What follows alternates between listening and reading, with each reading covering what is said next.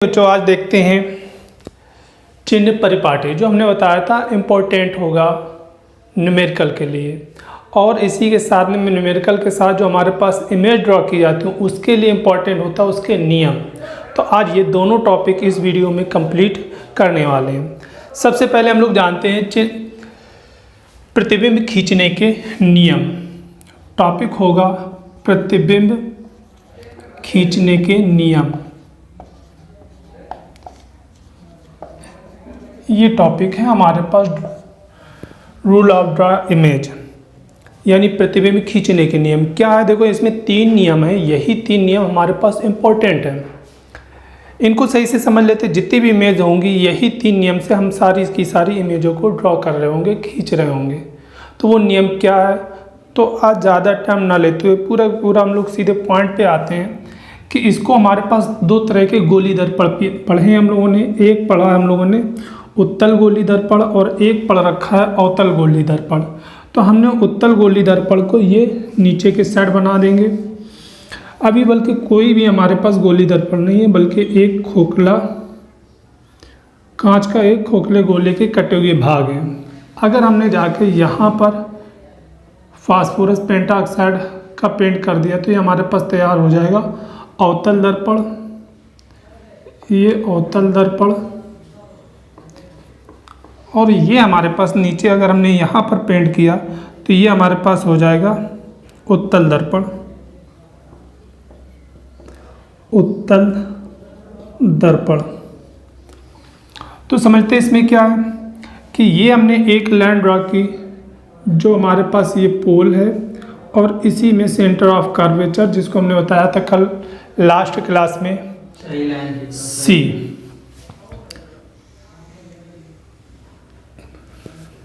ये इसी तरीके से अगर इसको थोड़ा सा माइंड किया होगा तो इसके अंदर होता है सेंटर ऑफ कर्वेचर, पोल इधर होता है। तो इसमें हमने ये लाइन ड्रॉ कर ली, इसको सीधी लाइन ड्रॉ करना होगा हमें।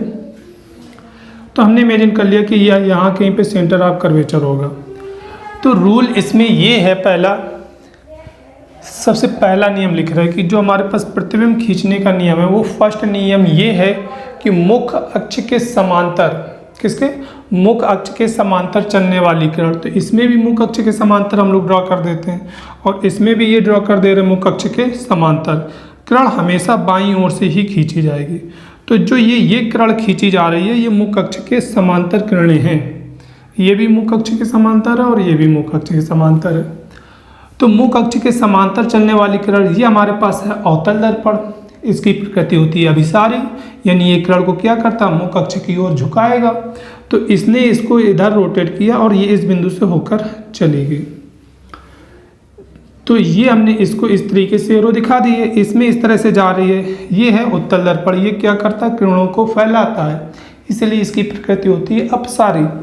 इससे टकराने के बाद किरण हमारी इस तरीके से वापस लौटेगी परावर्तन के बाद। तो देखने को ये मिल रहा कि ये मुख्य अक्ष से किरण नहीं गई, तो इसको आगे की ओर खींचेंगे तो इस तरीके से ये कट करती हुई आ रही होगी मुख्य अक्ष से। और जो ये मुख्य अक्ष के जिस बिंदु से जाती है उसको फोकस कहते हैं।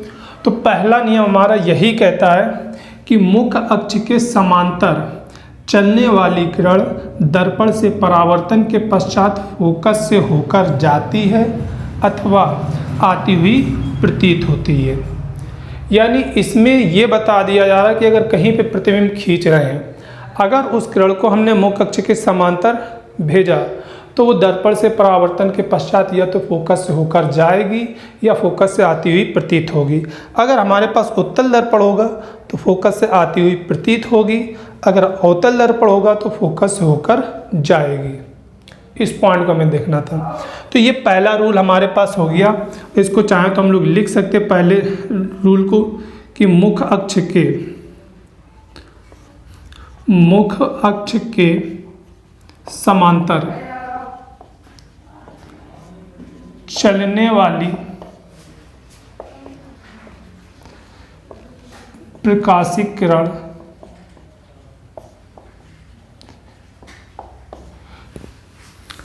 दर्पण से परावर्तन के पश्चात, दर्पण से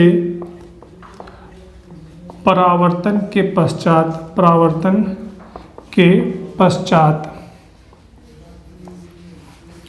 फोकस से होकर जाती है, फोकस से होकर जाती है, होकर जाती है अथवा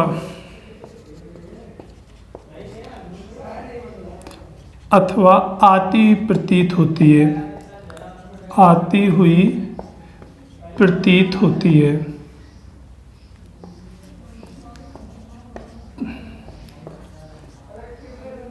प्रतीत होती है।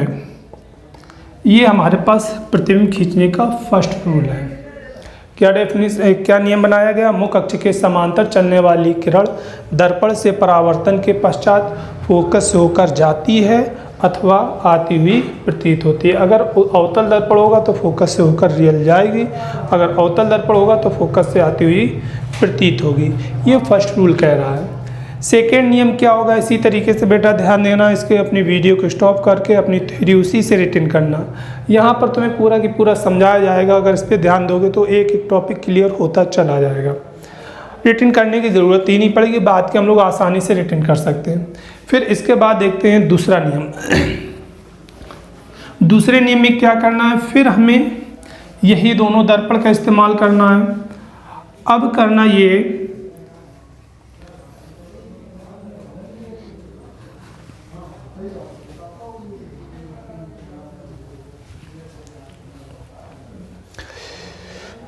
दूसरा नियम ये कहता है कि अगर कोई भी किरण फोकस से होकर जा रही अथवा जाती, देखो इसमें तो होकर चली जाएगी, बाईं ओर खींचे जाता है, बाईं ओर ही इसका फोकस होता है, तो इससे होकर हम लोग भेज सकते हैं। और किरण बाईं ओर से खींची जाती है, इसमें फोकस होता है दाईं ओर, तो हम इसमें गुजार नहीं सकते, तो उसकी ओर खींच सकते। तो अब दूसरा रूल इसमें यही हो गया कि फोकस से होकर जाने वाली अथवा जाती हुई प्रतीत होने वाली, दो वर्ड ले रहे हैं। इसमें हमने कहा फोकस से होकर जा रही, इसमें जाती हुई प्रतीत हो रही, क्योंकि यहाँ पे आके किरण और रुक जाएगी। तो फोकस से होकर जाने वाली अथवा जाती हुई प्रतीत होने वाली किरण दर्पण से परावर्तन के पश्चात टकराएगी, वापस लौटेगी, इसमें भी टकराएगी, वापस लौटेगी, तो इधर। तो दर्पण से परावर्तन के पश्चात मुख्य अक्ष के समांतर हो जाती है। पॉइंट नोट करना है,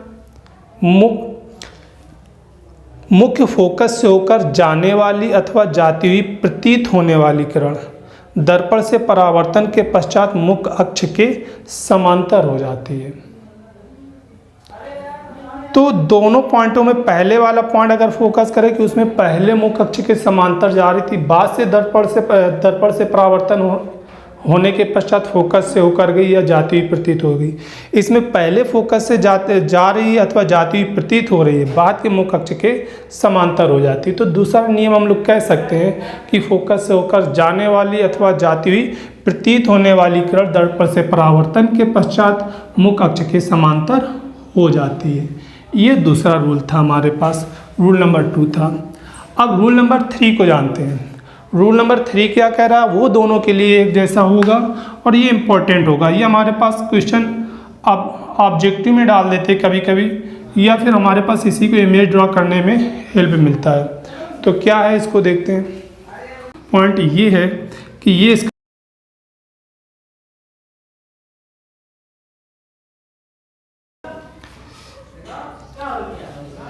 ये वक्रता केंद्र है, इसको हमने डस्ट कर करके अभी ये बना लेते वक्रता केंद्र। तो वक्रता केंद्र से होकर जाने वाली किरण, कहाँ से? वक्रता केंद्र से होकर जाने वाली किरण अथवा जाती हुई प्रतीत होने वाली, इसमें वक्रता केंद्र से होकर जाएगी, इसमें जाती हुई प्रतीत होगी। तो लैंग्वेज बोला जा रहा है कि वक्रता केंद्र से होकर जाने वाली अथवा जाती हुई प्रतीत होने वाली किरण दर्पण से परावर्तन के पश्चात उसी मार्ग पर वापस लौट आती है। क्या पॉइंट दिया जा रहा? तीसरा पॉइंट बोला जा रहा, दर्पण के वक्रता केंद्र से होकर जाने वाली किरण दर्पण से परावर्तन के पश्चात उसी मार्ग पर वापस लौट जाती है। क्यों लौट जाती? इसका रीजन याद रखना है कि जो भी, क्योंकि दर्पण का जो वक्रता केंद्र होता है वो ये दर्पण का क्या होता है? सेंटर होता है। यानी अगर हम लोग देखें ये सेंटर है और ये परिधि है, तो ये त्रिज्या है, त्रिज्या हमेशा कैसी होती है? लंबवत होती है। तो सीधी सी बात है कि जब कोई किरण किसी चीज़ पर लंबवत पड़ेगी, अगर हम एक बॉल को ले फर्श पर बिल्कुल सीधे फेंके तो टकराने के बाद वो कैसे वापस लौटेगी, सीधे ही वापस लौटती है। तो सेम इसमें कंडीशन होती है कि ये उसी मार्ग पर वापस क्यों लौटती है, क्योंकि ये किरण जो होती है दर्पण पर लंबवत पड़ती है, इसीलिए उसी मार्ग पर वापस लौटती है। तो ये हमारे पास 3 नियम थे, एक बार फिर से रिपीट कर रहे बच्चों, ध्यान देना, सही से नोट करना चाहे। पहला नियम है मुख्य अक्ष के समांतर चलने वाली किरण दर्पण से परावर्तन के पश्चात उसी मार्ग पर मुख्य अक्ष के समांतर चलने वाली किरण दर्पण से परावर्तन के पश्चात फोकस से होकर जाती है अथवा आती हुई प्रतीत होती है। दूसरा पॉइंट बताया हमने कि मुख्य अक्ष के समांतर चलने वाली किरण थी और ये फोकस से होकर गई थी पहले पॉइंट में, तो अब दूसरे पॉइंट में जस्ट उल्टा कर रहे हैं, फोकस से होकर जाने वाली अथवा जाती हुई प्रतीत होने वाली किरण दर्पण से परावर्तन के पश्चात मुख्य अक्ष के समांतर हो जाती है। फिर हमारे पास तीसरा पॉइंट आया है, दर्पण के वक्रता केंद्र से होकर जाने वाली अथवा जाती हुई प्रतीत होने वाली किरण दर्पण से परावर्तन के पश्चात उसी मार्ग पर वापस लौट आती है। और क्यों लौट आती है, तो इसका सीधा सा आंसर है क्योंकि ये किरण जो होती है वो दर्पण पर लंबवत पड़ती है और दर्पण पर लंबवत पड़ने वाली किरणें हमेशा उसी मार्ग पर वापस लौटेंगी। तो ये एक हमारे पास टॉपिक था प्रतिबिंब खींचने के नियम, जो कि हमारे पास किस में हेल्प कर रहे होंगे, ऑब्जेक्टिव क्वेश्चन इससे मिलेंगे या तो फिर इमेज को ड्रॉ करने के लिए हेल्प करते हैं। अब टॉपिक आता है हमारे पास न्यूमेरिकल पोर्शन के लिए हेल्प करेगा और डेरिवेशन पोर्शन के लिए हमारे पास इंपॉर्टेंट होगा। और वो नियम क्या है, जिसको हमने बताया था चिन्ह परिपाटी, जिसमें हिंदी में बोल रहे होते हैं, या फिर हम लोग बोलते हैं सैंड टेबल। तो सैंड टेबल क्या है उसको सही से समझना बहुत इंपॉर्टेंट होगा न्यूमेरिकल के लिए। हाँ बच्चों देखते हैं ये क्या था, चिन्ह परिपाटी। चिन्ह परिपाटी में हम लोग 4 रूल्स जानते हैं और ये 4 रूल्स हमें सिंबल है मिरर के न्यूमेरिकल के लिए इंपॉर्टेंट होंगे। क्या है वो 4 रूल, हम लोग चारों रूल एक जानते। इमेजिन कर लेते कि हमने मान लिया एक कॉनकेव मिरर है, अवतल दर्पण है, कौन सा, कॉनकेव मिरर है। अगर इसमें सारे पॉइंट हम लोग ड्रॉ करना चाहें तो ये हमारे पास क्या था, पोल था। इमेजिन कर लेते कि ये सेंटर ऑफ कर्वेचर था और यहाँ कहीं मिड पे समथिंग फोकस होता है, एफ क्या है हमारे पास, फोकस है, लास्ट वीडियो में समझाया था। तो इसमें पहला रूल ये कहता है कि जितने जो दर्पण की समस्त दूरियां जो होंगी वो उसके ध्रुव से मापी जाती हैं। कहाँ से नापना शुरू करते हैं, ध्रुव से। पहला पॉइंट, दर्पण की समस्त दूरियां उसके ध्रुव से मापी जाती हैं। मीन्स जैसे हमने मान लिया कोई भी ऑब्जेक्ट है यहाँ पे रखा हुआ, तो हम ये काम नहीं करेंगे कि यहाँ से नापते हुए इधर जा रहे होंगे, नहीं, बल्कि हम लोग यहाँ पे रखेंगे मीटर को, यहाँ से नापना शुरू करेंगे और इस ओर चलते हुए आएंगे। अगर कोई चीज़ इस साइड रखी है तो भी हम लोग क्या करेंगे, यहाँ से नापते हुए इधर नहीं आएंगे बल्कि यहाँ से नापते हुए इधर जाएंगे। वैसे नापने के लिए हम लोग कहीं से भी मेजर कर सकते हैं, लेकिन फिजिक्स में अगर न्यूमेरिकल पोर्शन को फोकस रखेंगे तो ये एक हमें सिंबल देगा जाके, और वो सिंबल के लिए समझने के लिए कहाँ से उठा रहे होते हैं कि जिस तरीके से हमारे पास कोऑर्डिनेट में पढ़ाया जाता है कि ऑरिजिन बिंदु है, मूल बिंदु, तो मूल बिंदु से हम लोग देखते हैं कि इस साइड की वैल्यू कैसी होती है, पॉजिटिव होती है। तो ये वाला पोर्शन पॉजिटिव होता है तो ये कैसा हो जाता है, नेगेटिव। ये पॉजिटिव होता है तो ये कैसा होता है, नेगेटिव। तो इसी तरीके जैसे उसमें ऑरिजिन पॉइंट होता है ऐसे इसमें क्या होता है, ध्रुव होता है, पोल होता है। तो पहला पॉइंट ये कह रहा है कि दर्पण की जितनी भी दूरियां हैं सब की सब कहाँ से नापी जाएंगी, ध्रुव से नापी जाएंगी। इस पॉइंट को बहुत अच्छे से माइंड में रखना। फिर दूसरा पॉइंट निकल कर आता है कि जो दर्पण के ध्रुव से नापते हैं, दूसरा पॉइंट इसमें यह कि जितनी भी दर्पण की हमारे पास दूरियां अगर मुख्य अक्ष से ऊपर की ओर की दूरियां हैं तो ये कैसी ली जाएंगी, पॉजिटिव ली जा जाएंगी। मुख्य अक्ष के ऊपर की ओर की जो दूरियां होंगी ये कैसी होंगी, पॉजिटिव, जबकि मुख्य अक्ष से नीचे की ओर की जो दूरियां होंगी वो कैसी होंगी, निगेटिव। कहीं ऑब्जेक्ट रखी होगी, अगर इस तरह से ऑब्जेक्ट रखी है तो ऑब्जेक्ट को कैसा माना जाएगा, पॉजिटिव माना जाएगा। अगर हमारे पास देखते हैं कि ऑब्जेक्ट या इमेज कोई तैयार हो रही, नीचे की ओर तैयार हो रही, तो उस इमेज की लेंथ कैसी ली जाएगी, निगेटिव। यानी हम लोग दूसरे पॉइंट को कह सकते हैं कि मुख्य अक्ष से ऊपर की ओर की लंबाइयाँ पॉजिटिव होती हैं और नीचे की ओर की लंबाइयाँ नेगेटिव होती हैं। दूसरा कि दर्पण में जितनी भी किरणें हैं सब की सब बाईं ओर से खींची जाती हैं। यानी ये तीसरा पॉइंट है कि दर्पण में जितनी भी हमारे पास रे हैं, किरणें डाली जाएंगी, ये सब की सब किधर से डाली जाएंगी, बाईं ओर से खींची जाएंगी, यानी इस ओर से खींच रहे होंगे। कोई भी किरण को हम दर्पण पे इस साइड से नहीं डाल रहे होंगे। ये तीसरा पॉइंट हो गया। फिर चौथे पॉइंट को नापते हैं कि इसमें देखते हैं कि अवतल दर्पण हो, क्योंकि वस्तु को हमेशा अवतल दर्पण हो या उत्तल दर्पण हो वो परावर्तक पृष्ठ के सामने रखी जाएगी, तो हमेशा बाईं ओर, यानी जो दर्पण की वस्तु की दूरी होगी दर्पण में वो हमेशा बाईं ओर रखी जाएगी। और जब बाईं ओर रखी जाएगी तो ये कैसी हो जाएगी, निगेटिव हो जाएगी। यानी दर्पण की समस्त जो वस्तु की दूरियाँ होंगी वो कैसी रखी होंगी हमारे पास, या कैसी ले रहे होंगे, निगेटिव।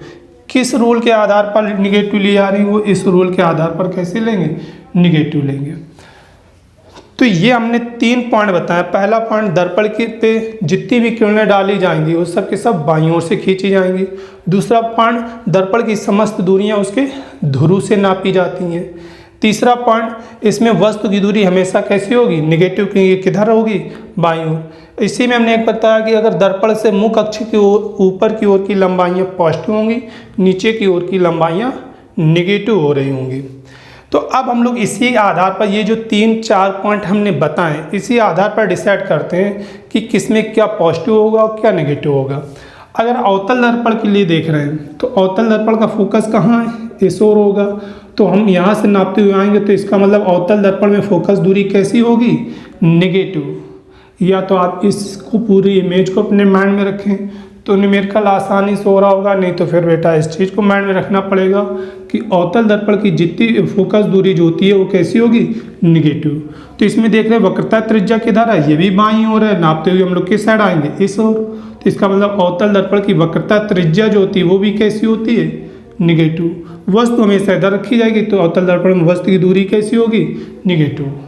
कुल मिलाए अभी इमेज को छोड़ दिया जाए, बाकी जितनी चीज़ें इसमें ली गई हैं ये सब की सब कैसी ली जा रही हैं, निगेटिव। क्यों ली जा रही हैं, क्योंकि इसके ध्रुव से नापेंगे, बाईं ओर नापेंगे, और ये हमारे पास रूल कहता है बाईं ओर, यानी इस ओर आ रहे हैं तो ये वैल्यू कैसी होती है, निगेटिव होती है। इसी तरीके से उत्तल दर्पण पे थोड़ा डिस्कस कर लेते हैं। उत्तल दर्पण हमारा जो बन रहा होगा उसमें क्या होगा, यहाँ पे पेंट कर रहे होंगे तो ये उत्तल दर्पण कहलाता है। उत्तल दर्पण ये कहलाएगा तो इसका क्या होता है, मुख अक्ष इस ओर होता है, तो इधर कहीं इसका फोकस होगा, इसका यहाँ क्या होगा, वक्रता केंद्र होगा। तो ध्रुव इसका ये है। अब ध्रुव से देखो इसको नापते हुए हम लोग किधर जा रहे हैं, दाईं ओर। और ये रूल क्या कह रहा है हमारे पास, पॉजिटिव को कह रहा है। तो इसका मतलब ये हो गया ध्रुव से नापना होती है और इस ओर नापते हुए जा रहे होंगे, यानी दाईं ओर। तो इसका मतलब इसकी फोकस दूरी कैसी होगी, पॉजिटिव। इसकी वक्रता त्रिज्या कैसी होगी, ये भी हमारे पास क्या निकल कर आएगी, पॉजिटिव। तो हम लोग कह सकते हैं कि उत्तल दर्पण में जो फोकस दूरी होती है वो पॉजिटिव होती है। उत्तल दर्पण की वक्रता त्रिज्या वो कैसी होगी, पॉजिटिव होगी।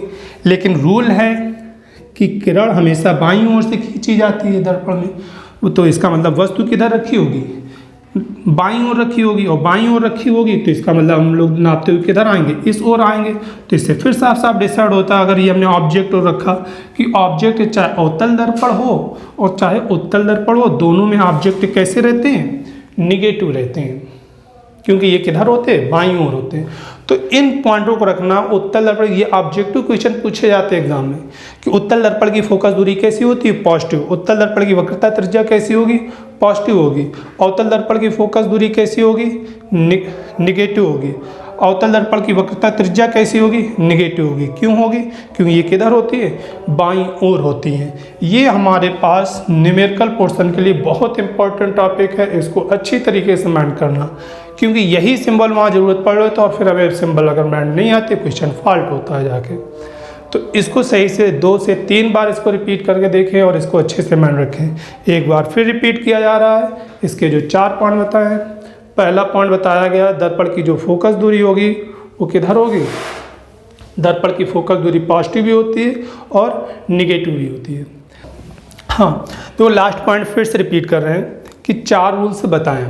पहला रूल से ये दे दिया गया कि दर्पण की समस्त दूरियां उसके ध्रुव से मापी जाती हैं, एक।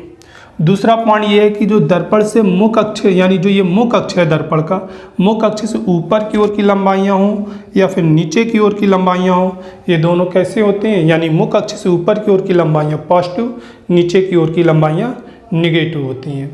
तीसरा पॉइंट इसी में करें, दर्पण के बाईं ओर की जो दूरी होंगी ये कैसी होंगी, निगेटिव होंगी, और दाईं ओर की जो दूरी होंगी वो कैसी होंगी, जाके पॉजिटिव होगी। एक पॉइंट है, दर्पण पे हमेशा प्रकाश की किरणें बाईं ओर से खींची जाती हैं। ये इतने पॉइंट हैं जो भी समझाए गए, इन्हीं को माइंड करना है, इन्हीं से न्यूमेरिकल पोर्शन को सॉल्व करना होगा। निगमन यानी डेरिवेशन। एक टॉपिक पढ़ रखा था हम लोगों ने लास्ट में, वहाँ पे बोला गया था कि हमें ये देखना था कि दर्पण की जो फोकस दूरी होती है वो वक्रता त्रिज्या की आधी होती है। मीन्स हमने वहाँ पे बताया था कि आगे हम लोग इसका डेरिवेशन सॉल्व करेंगे। F equal R/2। R क्या हमारे पास दर्पण की वक्रता त्रिज्या है, जबकि F क्या है, दर्पण की फोकस दूरी है। तो आज हम लोग इसके डेरिवेशन की शुरुआत करते हैं। पहला डेरिवेशन है, इसको सही से माइंड करना। दो थ्योरम है, बहुत सिंपल सा डेरिवेशन है। इमेजिन कर लेते हैं अवतल दर्पण से सॉल्व करते हैं। अगर अवतल दर्पण सॉल्व करते हैं तो ये हमने मान लिया ये एक अवतल दर्पण तैयार कर लिया, और जब ये अवतल दर्पण हो गया तो ये उसका क्या हो जाएगा, मुख्य अक्ष हो जाएगा, और ये इसका ध्रुव हो गया। ये वक्रता केंद्र मान लिया गया। तो हम लोगों ने रूल पढ़ा था कि ये एक मुख्य अक्ष के समांतर किरण जा रही है। किसके, मुख्य अक्ष के, ये इसके समांतर है ये रे। और जब ये समांतर किरण जा रही तो अभी प्रतिबिंब खींचने के नियम पढ़ रखे थे हमने, और वो नियम थे दर्पण से परावर्तन के पश्चात कहाँ से होकर जाएगी, ये फोकस से होकर जाएगी, यानी ये फोकस हो गया F। तो जब ये फोकस हो गया तो ये हमने आपतित किरण हो गई और ये परावर्तित किरण होगी। ये दर्पण का वक्रता केंद्र है। अगर हम इसको जाके इस पॉइंट से मिला देते हैं तो ये हमेशा इस पर लंबवत होता है, क्योंकि ये हमारे पर एक तरह त्रिज्या के तरीके से कार्य करता है, इसलिए परपेंडिकुलर होगा। तो ये नॉर्मल का भी कार्य कर सकता है, अभिलंब का। तो ये जो हमने नाम दे देते, इसका नाम दे रहे हैं ए, पी इसको दे दिया, एफ इसका नाम है, तो ये मान लिया हमने ए इसको दे रहे हैं और बी इसको दे दिया। ए बी हमारे पास किरण थे। तो रूल था पहले सिस्टमैटिक ढंग से कि मुख्य अक्ष के समांतर चलने वाली किरण दर्पण से परावर्तन के पश्चात फोकस से होकर जाती है। वक्रता केंद्र से एक हमने अभिलंब खींच दिया, तो ये आपतित किरण अभिलंब के बीच बना कोण क्या कहलाता, आपतन कोण। फिर ये हमारे पास परावर्तित किरण और ये अभिलंब के बीच ये बना कोण क्या कहलाता, परावर्तन कोण। तो इसका मतलब हम लोगों के पास नियम था कि आपतन कोण सदैव परावर्तन कोण के बराबर होता है। तो इसको यहाँ पे रिटर्न कर लेते हैं। थ्योरम के अकॉर्डिंग देखते हैं कि एंगल ABC, ये एंगल इक्वल एंगल CBF, ये कौन से हैं, परावर्तन कोण है, परावर्तन कोण, इसलिए इनको बराबर रखा गया। तो ये दोनों हो गए थे, हमने बोला ये परावर्तन कोण इसलिए बराबर। लेकिन दूसरी तरफ से देखते हैं कि यही एंगल जो ABC एंगल है और ये एंगल इक्वल हो जाएगा एंगल BCF, रिटर्न कर सकते हैं, या P, यानी ये कोण और इधर से ये वाला कोण, ये दोनों कोण आपस में कैसे होंगे, बराबर। क्यों बराबर होंगे, क्योंकि इनको हम लोगों ने मैथमेटिक्स में पढ़ रखा एकांतर कोण, अल्टरनेट एंगल, एकांतर कोण। तो हमें ये क्लियर हुआ कि यही एंगल ये है और यही एंगल ये भी है। तो जब दोनों ये सेम एंगल हैं तो इसका मतलब ये दोनों एंगल आपस में कैसे हो गए, बराबर हो गए। मीन्स हम लोग इसको ये रिटर्न कर सकते, इसलिए angle CBF equal angle BCF, ये यानी ये निकल कर आ गया कि ये एंगल और ये एंगल आपस में कैसे हैं, बराबर। तो एक थ्योरम पढ़ रखी हम लोगों ने कि ये दोनों कोण बराबर है, तो इनके ये जिन भुजाओं द्वारा कोण बने तो ये दोनों भुजाएं भी आपस में कैसी होंगी, बराबर होंगे। तो इसलिए हम लोग कह सकते हैं जाके कि भुजा AC यानी भुजा लिखेंगे CF इक्वल BF, ये बराबर होगी। इसको यहीं पे रिटर्न कर लिया गया, क्वेश्चन फर्स्ट मान लेते हैं। अब अगर मान लेते कि ये दर्पण का द्वारक कैसा है, छोटा है, यानी जो दर्पण है ये बहुत छोटा दर्पण, और जब ये छोटा दर्पण होगा इसको समेट कैसे लाते जाएंगे, तो एक कंडीशन ये आएगी कि ये इस पे आपस में आके कैसे हो जाएंगे, एक ही बिंदु बन जाएंगे बी और पी। यहाँ पे लैंग्वेज लिखी जा रही, यदि दर्पण का द्वारक छोटा हो, और दर्पण का द्वारक छोटा होने से होगा क्या, तो इसलिए ये होगा जाके कि इसमें जो भुजा B F is a something, यानी लगभग भुजा एफ पी ये दोनों बराबर होंगे। तो जो बी एफ है वो किसके बराबर है, सी एफ के बराबर है। इसको हम क्या मान लेंगे, क्वेश्चन सेकेंड। तो यहाँ पर लिख सकते हैं समीकरण 1 व 2 से, और 2 से जब लिखेंगे जाके तो निकल कर आएगा C F equal P F, means हमें ये पता चल गया C F equal P F, यानी ये साइड और ये साइड आपस में कैसे है, बराबर। तो यहाँ से यहाँ तक की दूरी को हम लोग बोलते हैं फोकस दूरी यानी एफ, और P से C तक की दूरी को हम लोग बोलते हैं वक्रता त्रिज्या मीन्स R। तो देख रहे हैं ये दोनों आपस में कैसी हैं, बराबर हैं। तो जब ये दोनों बराबर हैं तो इसका मतलब हम इसको ये लिख सकते हैं जाके, अगर हमें लिखना है PF को, तो PF को हम लोग ये भी रिटेन कर सकते हैं PF इक्वल CP/2। और जब इसको ये लिखेंगे तो अब इसको लिख देते हैं ये हमारे पास, बट PF इक्वल फोकस दूरी एंड CP इक्वल R। तो इसलिए सीधे सीधे लिख सकते हैं F इक्वल R/2। ये हमारे पास उसका डेरिवेशन हो गया कि जो दर्पण की फोकस दूरी होती है ये वक्रता त्रिज्या की आधी होती है।